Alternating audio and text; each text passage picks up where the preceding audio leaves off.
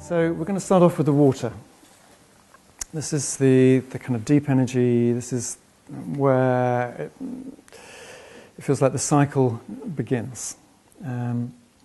So what I want you to all do is to shut your eyes. Take a few deep breaths, getting down in your body, out of your heads, down in your body.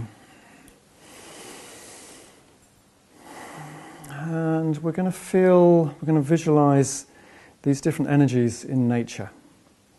So I want you to imagine that you're sitting in front of the sea, or a lake, or a large river, maybe somewhere that's familiar to you, or somewhere that you imagine.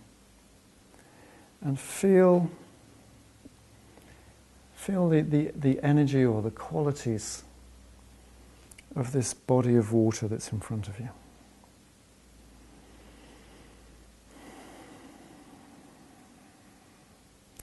Maybe there's some movement on the surface, some waves. Underneath the waves, there's a deep, mysterious, dark source of energy.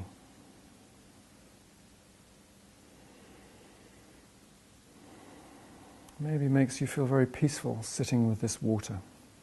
It's like your own energy becomes quite still.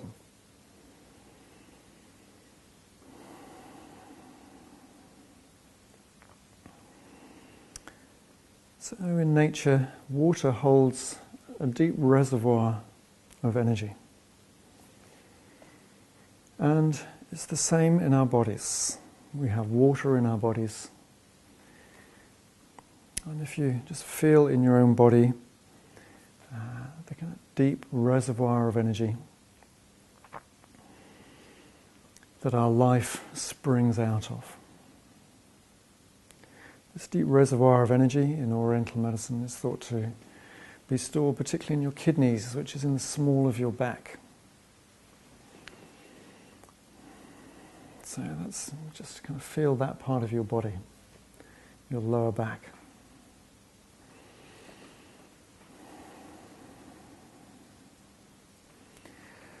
This is where we store our deep energy, and this energy also supplies the deep organs in the body, like our spine, our nervous system, our bones, and our reproductive organs.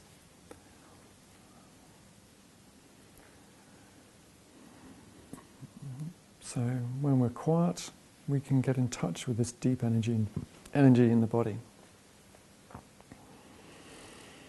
Okay, and if you open your eyes, does that give you a little bit of a feel for the water energy?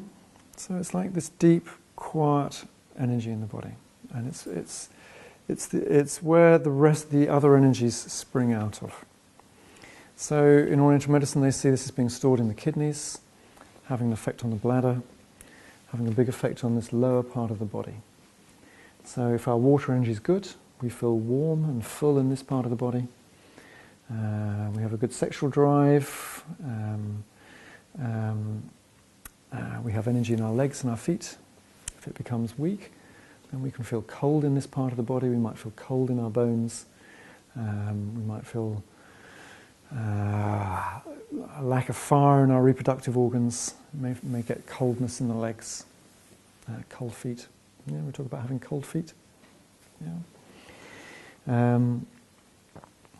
The kind of on an emotional level, this deep energy gives us courage and will, and it makes us want to get out and do things, makes us want to explore, discover, sometimes to do risky things, dangerous things. We just want to get out there, we want to explore the world, find out what life's about.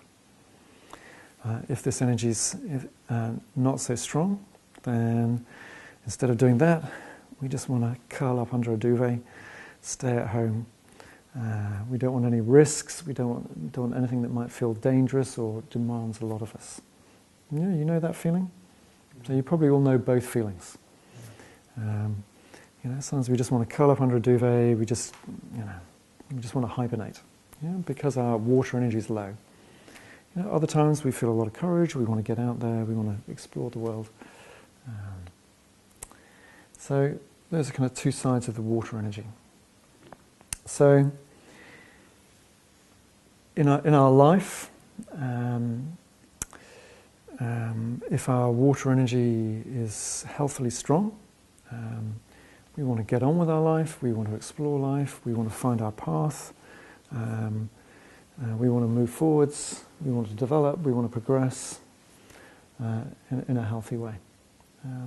If it becomes weak, then we just want to stay at home. We lose that kind of urge.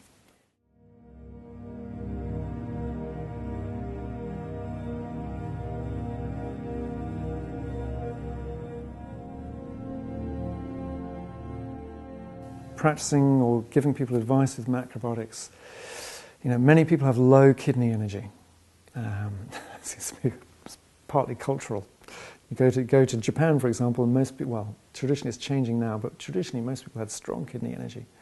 Or, in the East, people tend to have much stronger kidney energy. Western culture, weaker kidney energy. But also, what I observed, what I tried was, Oriental medicine says, to strengthen your kidneys, you need to eat aduki beans and black beans and have miso soup every day, and eat lots of root vegetables and long-cooked stews, all these kind of foods which have deep energy and long cooking. So when we eat these foods, the energy goes down and fills up our kidneys. And plus you need some sleep because our kidneys regenerate at night time. And, to kind of try and de-stress your life and cut down on your work and things like that. And so I give all those recommendations, and people's kidney energy might pick up a little bit and then stop. And they come back and I say, well, are you eating your aduki beans? And they say, yes. Are you having miso soup? And they say, yes. Are you sleeping? And they say, yes. But still their kidney energy is not increasing. And they maybe have symptoms in their nervous system or their hearing, or reproductive organs, or cold feet, or whatever. So then I started looking at what's happening with people emotionally and realizing those people find it difficult to be in their bodies. So they're holding their energy kind of high up in the body.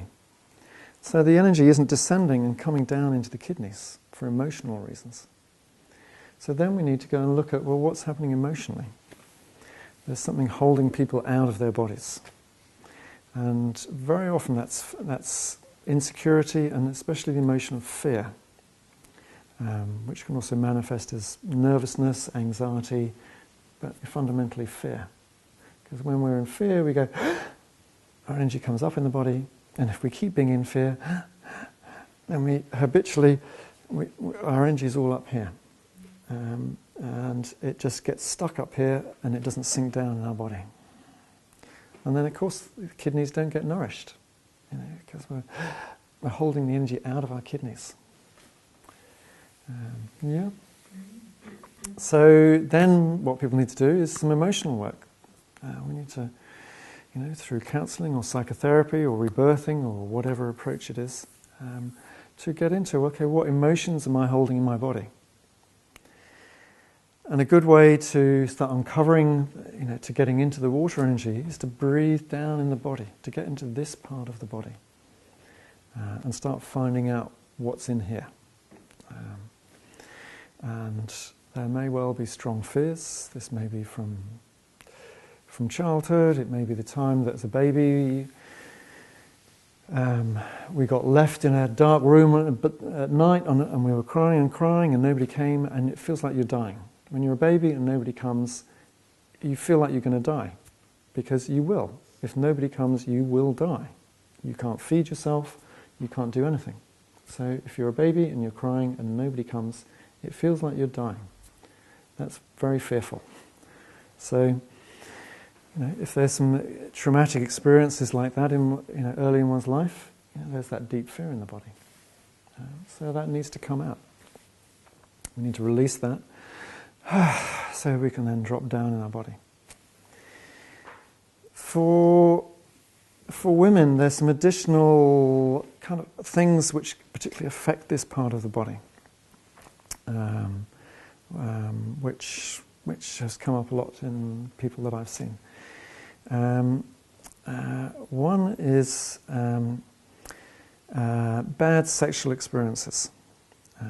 Because when a woman's having sex or making love, she's really taking on a lot of the man's energy. And if that energy is in any way aggressive or angry or abusive, that energy, or if the woman is in any way overpowered, it really affects this part of the body. And if that happens repeatedly or in extreme ways, with forced sex or rape, then again it can make women really kind of come out of this part of the body. Because if they go back into their body, they're going to feel all that fear and trauma in the body, which is unpleasant. So what do us human beings do? We don't like pain, do we? We don't like emotional pain. So, okay, well, let's get out of that emotion, that painful place, and just hold the energy up here and get busy and talk a lot or distract myself or something, and then I don't have to feel the pain. But maybe through counselling or some help or support, or maybe it happens spontaneously, the energy comes down, and then those old emotions start coming out. Also for women, similar with childbirth. If childbirth goes well, and the woman is really in control to a reasonable extent, it can be a very enjoyable experience and initiation, and it can really strengthen the water energy. But if a lot of interference happens without her permission, it can feel very invasive at a very sensitive time, and again can leave strong feelings of being invaded, which can leave, you could say, like emotional, energetic trauma in this part of the body, which needs healing, which needs to come out.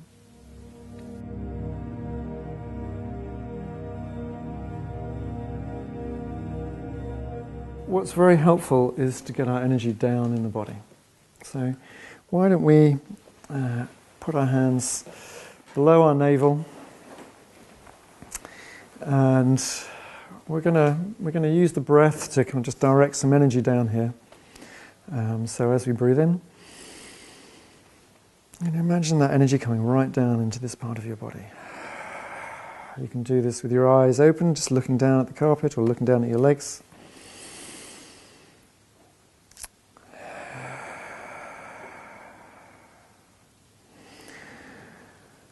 Or you can shut your eyes. For women, you might feel you're coming down into your womb. Or if you're a chakra person, into your second or your first chakra.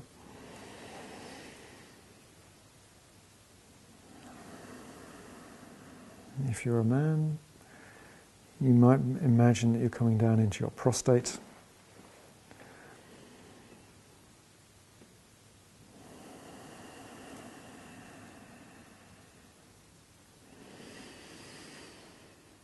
So with each in-breath, you pull your energy down.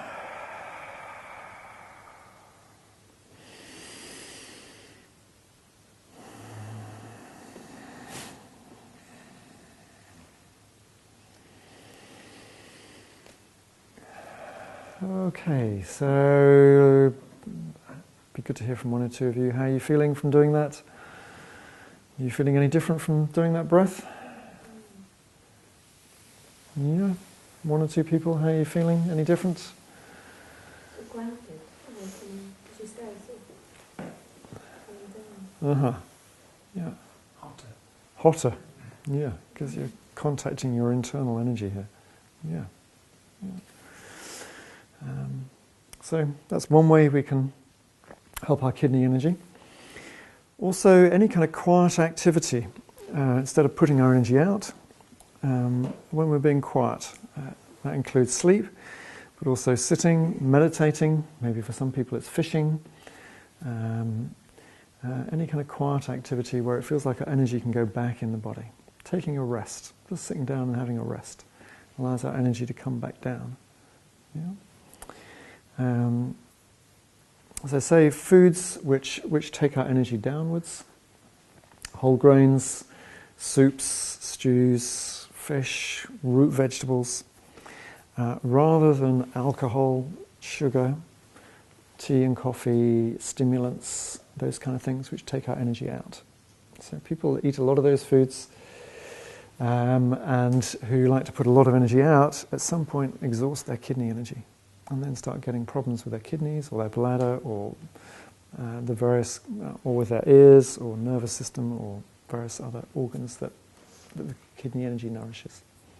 Yeah. Okay, so how's that for water? Is this making sense? Scary. Scary. Oh dear. Yeah. Yeah. Is it making sense? Yeah. Is it making sense to you? Yeah. Yeah. So, what I find so fascinating about Oriental medicine is the way it allows us to connect up our emotions with our organs, with different health problems, with different times of day and year, with different parts of the body, like the ears are related to the kidneys. And so we can really get down to understanding the health problems or just the experiences that we're having. It really helps us understand ourselves much better.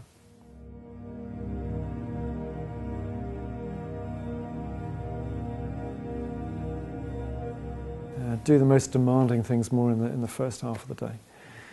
Don't try and do them at the end of the afternoon. Yeah. And then into more, late afternoon, evening time, the energy's coming down. Actually, it's a very good time for mental clarity. If you want to initiate ideas, the best time is during the night or very early in the morning. If you wake up very early in the morning and just sit quietly or meditate, that's when often the best ideas happen. Or for a lot of people, they're just waking up in the morning, you're half asleep and your brain hasn't started working yet, and you have these amazing intuitions about, yeah, this is what I need to do, or this is a great plan. So actually, great to wake up early sometimes, or wake up in the middle of the night, instead of thinking, oh no, this is terrible, just sit and be quiet and meditate, or just be with yourself, and you might get some really deep insights into yourself and what you need to do in your life. Yeah. And then write them down, just in case you forget them by the time you get up. Yeah.